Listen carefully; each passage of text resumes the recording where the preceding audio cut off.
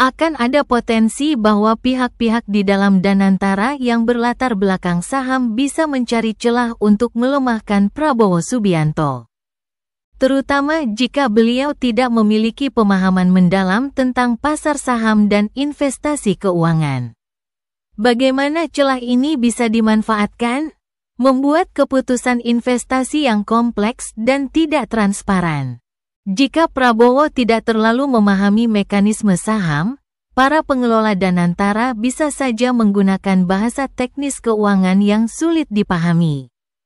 Sehingga keputusan yang diambil bisa merugikan negara tanpa terlihat jelas di awal. Misalnya, investasi dalam derivatif, structured products, atau instrumen keuangan berisiko tinggi yang sulit dijelaskan secara sederhana. Mengarahkan Danantara ke investasi yang menguntungkan kelompok tertentu. Mereka bisa memanfaatkan Danantara untuk menyelamatkan perusahaan tertentu yang memiliki koneksi dengan mereka. Uang kas Danantara bisa dialirkan ke saham yang sebenarnya tidak strategis, tetapi menguntungkan pemiliknya, membuat Prabowo seolah bertanggung jawab atas kerugian. Jika investasi Danantara gagal, mereka bisa menyalahkan keputusan di level atas. Sementara mereka sendiri sudah mendapat keuntungan dari transaksi sebelumnya. Prabowo, sebagai presiden, bisa dianggap gagal dalam mengelola aset negara meskipun sebenarnya dia hanya diberikan informasi yang bias atau keliru.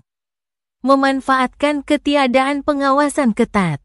Jika pengawasan terhadap Danantara tidak kuat, mereka bisa saja membuat kebijakan yang tampak legal tetapi merugikan negara, seperti overpaying, membayar terlalu mahal untuk aset tertentu.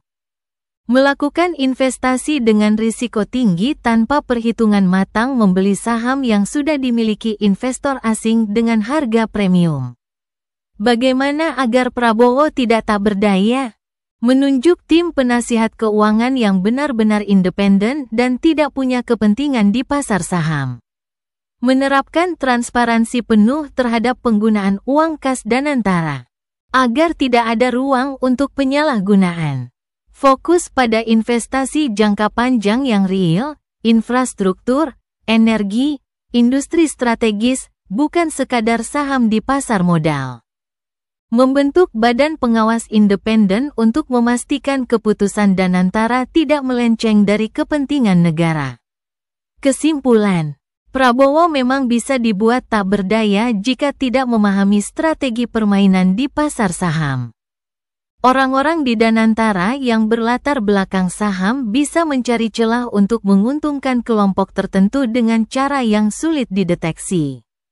Solusinya adalah memastikan adanya transparansi, pengawasan ketat, serta keputusan investasi yang benar-benar menguntungkan ekonomi nasional, bukan hanya pasar modal.